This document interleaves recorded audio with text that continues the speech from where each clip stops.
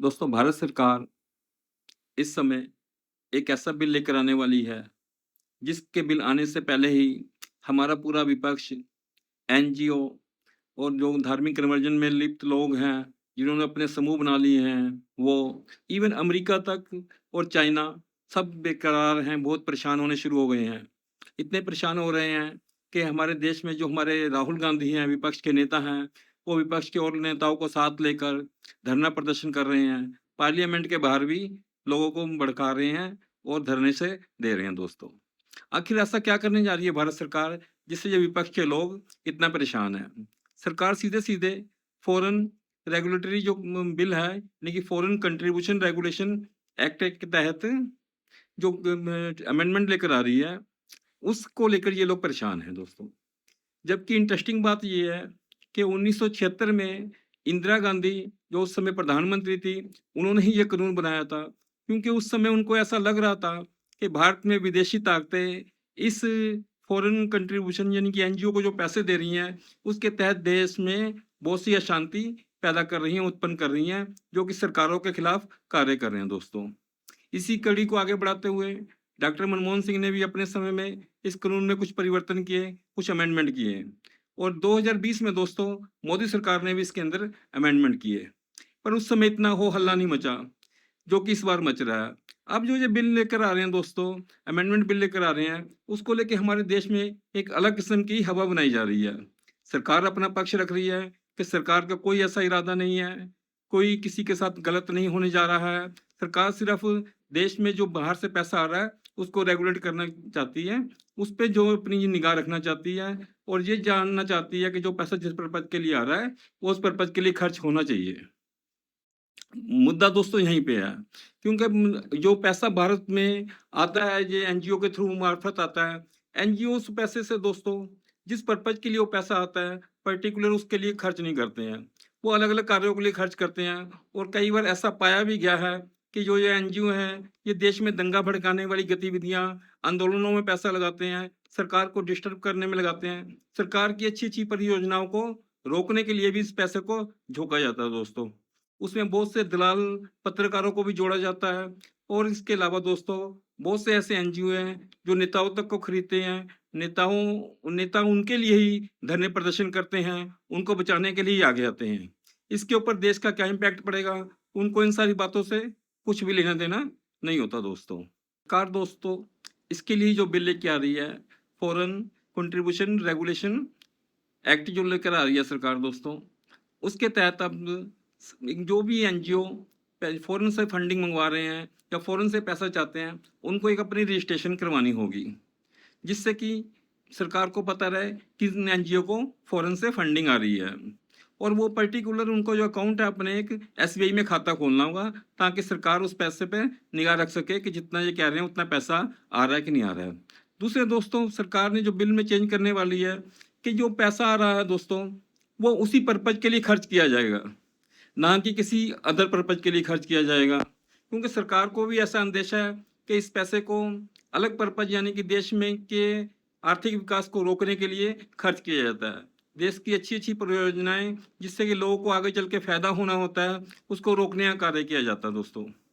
और देश में का माहौल खराब करने के लिए, दंगे भड़काने के लिए, जैसा कि अभी हम हाल के दिनों में देख रहे हैं, किसान आंदोलन हुआ, उससे पहले अन्ना का आंदोलन हुआ और उसके बाद अभी जो कॉकरोच जनता पार्टी का आंदोलन हुआ, इन सभी में कहीं ना कहीं फॉरेन फंडिंग के हाथ पाए गए हैं। और फॉरेन फंडिंग दोस्तों, इन जो आंदोलनकारी जीव हैं, इनको सीधे ऐसे नहीं आ जाती है, इनको इस एनजीओ के माध्यम से ही इन तक पैसा पहुंचता है, जो धीरे धीरे सारे एक चैनल के माध्यम से, टूल किट के माध्यम से डिस्ट्रीब्यूट होता है।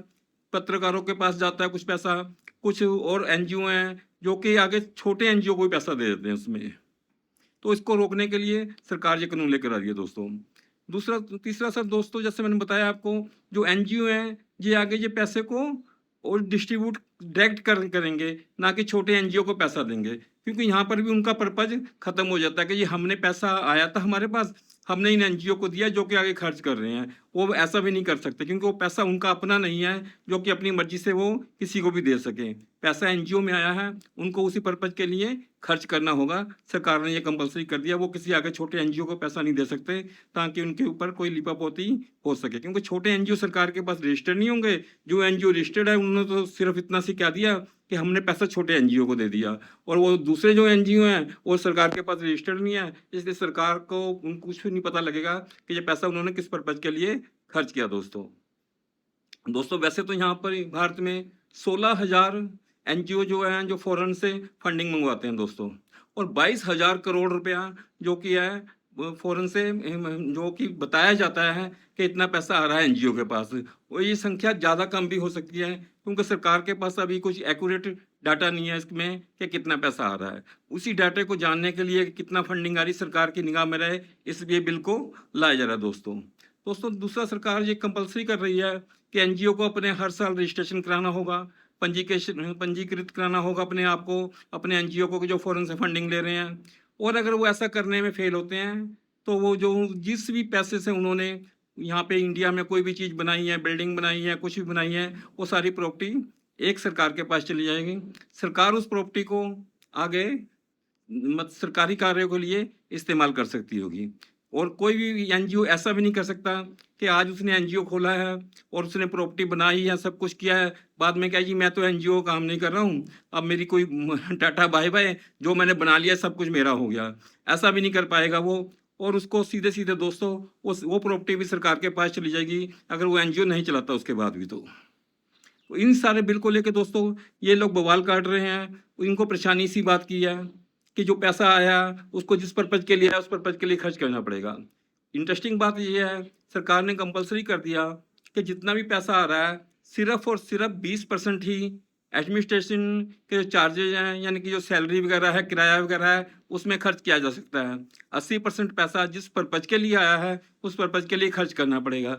जिस एरिया में आपका एनजीओ है उस एरिया के लिए आया है उस एरिया में ही खर्च करना होगा।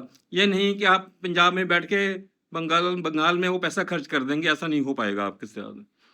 तो अगर वो ये पैसा आप धर्म परिवर्तन करवाने में खर्च करते हैं, इस पर भी आपको को बैन लगाया जा सकता है, आपको उसके लिए भी जवाबदेही होगी। आप वो पैसा नहीं कर सकते, आपके एनजीओ की को सील किया जा सकता है, एनजीओ की फंडिंग को सारा जो भी अभी तक आया था सरकार उसके ऊपर अपना रोक लगा सकती है और वो प्रॉपर्टी सरकार के उसमें जा सकती है। दोस्तों इन सारी बातों को लेकर हमारे जो एनजीओ हैं वो तो परेशान है ही हैं, परंतु हमारे जो नेता हैं जो कि ऊपर से तो नेता दिखते हैं, अंदर बड़े बड़े ये भी एनजीओ बना के बैठे हैं। नेता के अलावा जो हमारे अभिनेता हैं इनके भी बहुत से एनजीओ हैं, इनको ही फॉरेन से फंडिंग आ रही है। इंटरनल तौर से दोस्तों ये लोग भी बहुत ज़्यादा परेशान हैं क्योंकि इनको सभी को लग रहा है कि अब हमारे फंडिंग पर रोक लग जाएगी।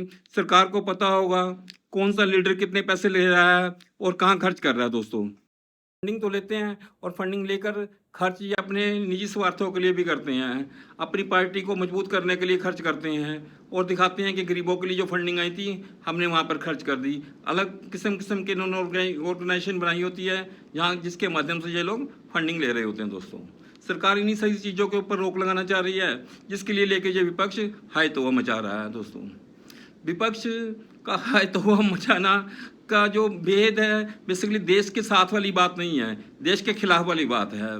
कुछ नेता तो इस करके साथ दे रहे हैं कि उनको विपक्ष में हैं और उनको उनके साथ चलना है, चाहे वो गलत कहें या वो सही कहें। उनका अपना ज़मीर तो काम नहीं करता क्योंकि उनका तो सिर्फ एक ही मुद्दा रहता है कि घूम फिर के मोदी सरकार को हटाना है, कैसे हटाएं कैसे हटाएं कैसे हटाएं। उसके लिए उन्हें कुछ भी करना पड़े वो करने को तैयार रहते हैं। दोस्तों अब ये जगह सरकार अच्छे काम भी करें उस पर भी रोक लगाने की बात की जाए तो हम समझ सकते हैं कि ये विपक्ष कितना देश के साथ है और कितना देश के खिलाफ है। इस बात के लिए अमेरिका चीन का परेशान होना जायज़ है। अमेरिका से उनके जो मंत्री हैं वो भी स्टेटमेंट दे रहे हैं कि ये भारत गलत कर रहा है, इससे हमारे संबंधों पर फर्क पड़ेगा।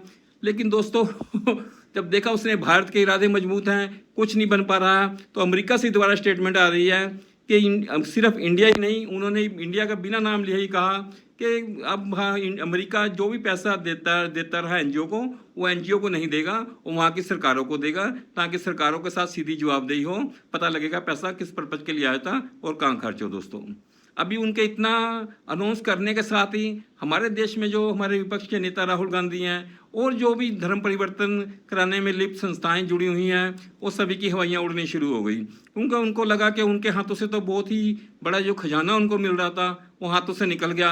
अब सरकार के उसमें रहेगा, अगर हमारे पास पैसा आया और हमने नहीं खर्चा जिस पर पच के लिया है तब भी हम मरेंगे, अगर नहीं पैसा आता तो फिर हमारा कुछ रहने का औचित्य यहीं खत्म हो जाता दोस्तों।